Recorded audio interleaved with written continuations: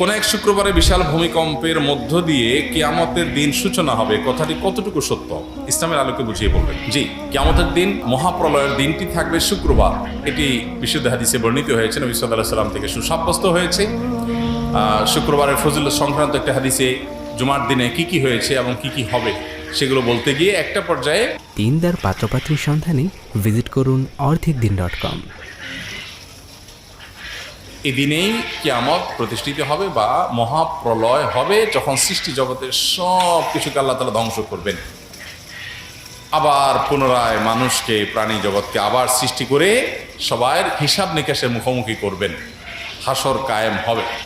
তো এই যে মহাপ্রলয়ের মধ্য দিয়ে যে মহাধ্বংসযজ্ঞ হবে, মহানিনাদ হবে, বিকট আওয়াজের মধ্য দিয়ে গোটা সৃষ্টি জগৎকে আল্লাহ তাআলা শেষ করে দিবেন, সেই দিনটি জুমাবার হবে। এটি বিশুদ্ধ হাদিসের আলোকে প্রমাণিত। এখানে একটা সূক্ষ্ম প্রশ্ন তৈরি হয়,